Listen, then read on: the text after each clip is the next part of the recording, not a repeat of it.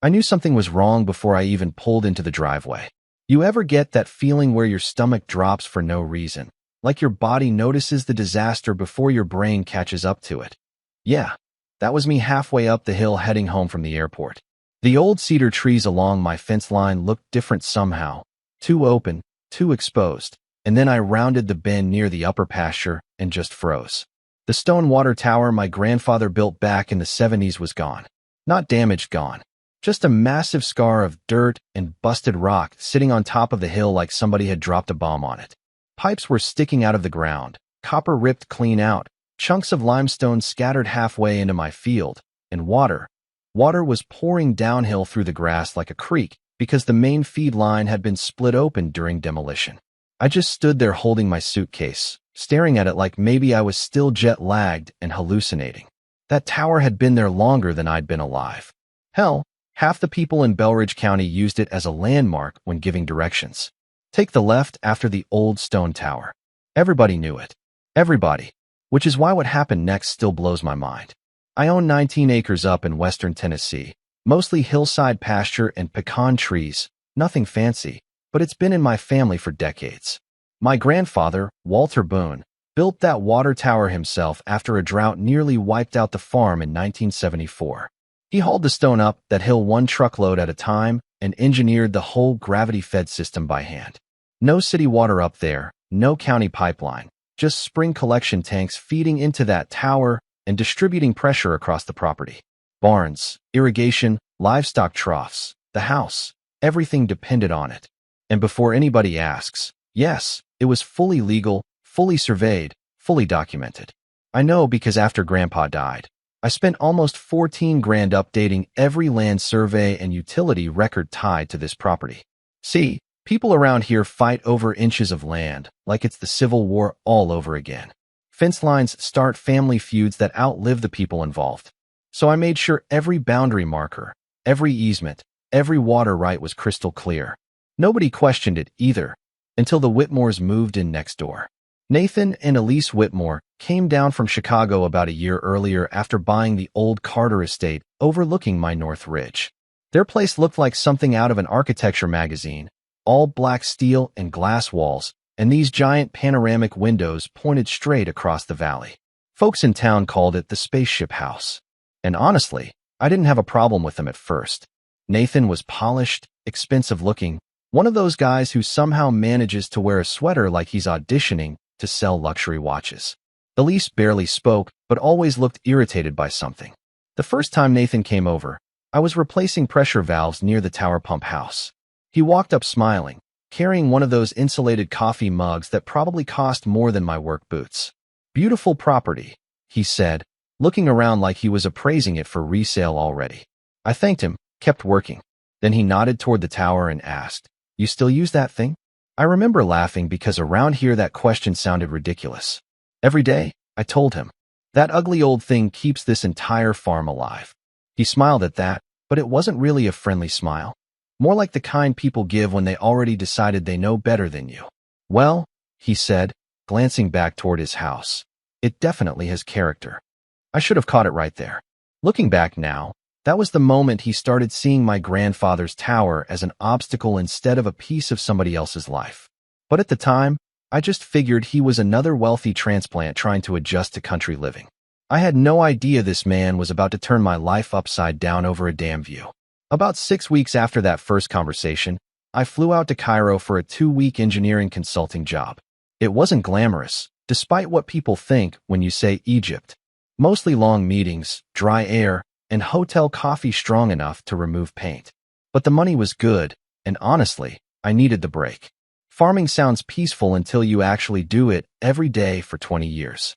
Before I left, I checked the pressure regulators, topped off the backup generator for the pump system, and asked my buddy Earl to keep an eye on the livestock while I was gone. Everything was fine when I boarded that plane. Perfectly fine. Which is why standing there in my driveway after getting home felt so unreal. I remember pulling my phone out with dirt-covered hands because somehow I still thought there had to be an explanation. Maybe a storm hit it. Maybe the county damaged it accidentally. Maybe I was missing something obvious. So I called Nathan. He answered on the second ring, calm as could be. "Hey, Caleb," he said, like we were neighbors chatting about lawn fertilizer. I didn't even say hello. Where's my water tower? There was this pause, not shocked, not confused, just annoyed that I'd called. Then he sighed and said, "Oh, yeah, about that. About that." Like he was about to explain scratching my mailbox with his car. I started walking toward the rubble while he talked, my boots crunching over broken limestone my grandfather had laid with his own hands. Nathan said they'd hired a contractor while I was gone because the structure was unsafe and visually disruptive. Visually disruptive. I swear rich people invent new ways to sound insane every year. Nathan, I said slowly, trying very hard not to lose it. That tower supplied water to my entire property. He actually laughed a little. Come on, Caleb, nobody uses medieval towers anymore. Drill a well like everyone else. That's when the anger hit me for real. Not yelling anger. The dangerous kind. Quiet. Heavy. You demolished a functioning utility structure on my land. Another pause. Then his tone changed completely. Our property consultant believed the boundary line was disputed. No, it isn't. Well, regardless, the tower was an eyesore and frankly it dragged down the aesthetics of the ridge. I still remember staring at the mud under my boots while he said that word. Aesthetics. My grandfather nearly died building that system after a drought wiped out half the county, and this guy reduced it to aesthetics. You had no right touching it, I told him. I have surveys, utility filings, water rights, all of it. And that's when Nathan stopped pretending to be reasonable. Then call a lawyer, he snapped. Because it's already gone. He hung up on me. I stood there listening to the dead silence on the line while water kept spilling down the hill beside me. Then I called Wallace Mercer. Now Wallace looked exactly like a small-town attorney should look. Gray hair, old Ford truck, suspenders, and the permanent expression of a man who'd spent 30 years watching idiots create expensive problems for themselves. His office sat above a feed store downtown and smelled like old paper and black coffee. He listened to the whole story without interrupting once, just leaning back in his chair rubbing his jaw. Then he asked one question. You got updated surveys? I handed him the folder. 10 minutes later, he whistled low under his breath. Well, he said, your neighbor just bought himself a catastrophe. Turns out destroying a privately owned water infrastructure system is a pretty massive legal problem, especially when it serves agricultural operations. Wallace started making calls immediately. Surveyors, county utility records, state water management. By the next afternoon, we had everything documented. The tower sat entirely inside my property line by nearly 11 feet. Not inches. 11 feet. There wasn't even ambiguity. And because the demolition destroyed pressure distribution systems feeding the farm, my damages weren't just structural. Livestock systems failed. Irrigation shut down. Soil saturation around the hill caused erosion problems. It snowballed fast. Wallace calculated total damages at around $320,000. When he said the number out loud, even I blinked. That much? Wallace nodded.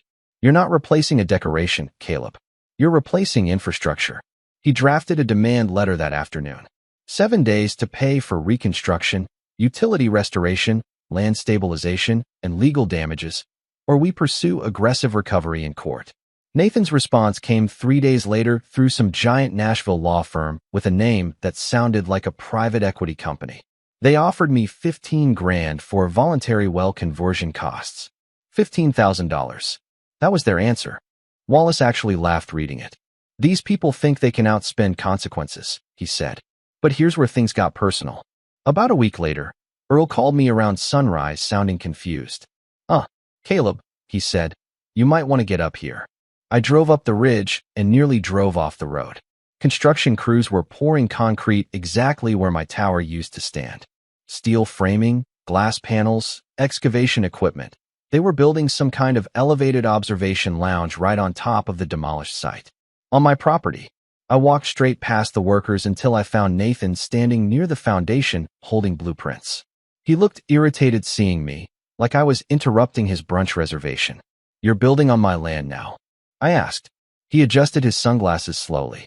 Our legal team believes the ridge line falls within our visual easement zone. That sentence doesn't even mean anything. He smirked a little. Look, Caleb, eventually people around here are going to modernize. You can either evolve with the area or keep clinging to old rocks. Old rocks. That tower carried my grandfather's fingerprints in the mortar. I remembered being 12 years old helping him clear weeds around the base while he explained how water pressure worked using mason jars and food coloring. I remembered him telling me, "Take care of what takes care of you," and standing there watching strangers pour concrete over the ruins of that memory. Something in me hardened permanently. Wallace filed suit the next morning. Property destruction, utility interference, agricultural damages, trespassing, unauthorized development. And then he added something else I didn't expect. A petition for equivalent structural remedy. Basically, if Nathan refused financial restoration, the court could authorize removal of property assets equal to the assessed damages. When Wallace explained it, I just stared at him. "You're telling me if we win." "I'm telling you," he interrupted calmly. "The law allows balance." The hearings dragged on for weeks. Nathan kept acting untouchable the entire time. New landscaping trucks rolled into his estate every few days. Caterers hosted rooftop parties while my farm ran on temporary water tanks and emergency pumps. Folks around town started taking sides too. Some people thought Nathan was a rich bully trying to erase local history. Others said I should have just taken the money and moved on. One guy at the hardware store actually told me, "Progress always looks ugly to somebody." Maybe, but destroying another man's livelihood because it blocks your sunset view isn't progress. It's arrogance. And arrogance has a way of eventually billing you for the damage it causes. The final hearing happened on a Thursday morning during one of those heavy Tennessee storms where the clouds sit low enough to make the whole town feel smaller. Wallace met me outside the courthouse carrying 2 folders and a gas station coffee. "You sleep at all?" he asked. I shook my head. Truth was, I'd spent half the night staring out over the ridge from my porch, looking at the glowing glass structure Nathan built where my grandfather's tower used to stand. Even from a distance it felt wrong. Too clean, too polished. Like somebody built a luxury hotel lobby on top of a grave. Court lasted less than 2 hours. That's the crazy part. Months of damage, stress, lawyers, county inspections, expert testimony. And in the end it all came down to paperwork and measurements.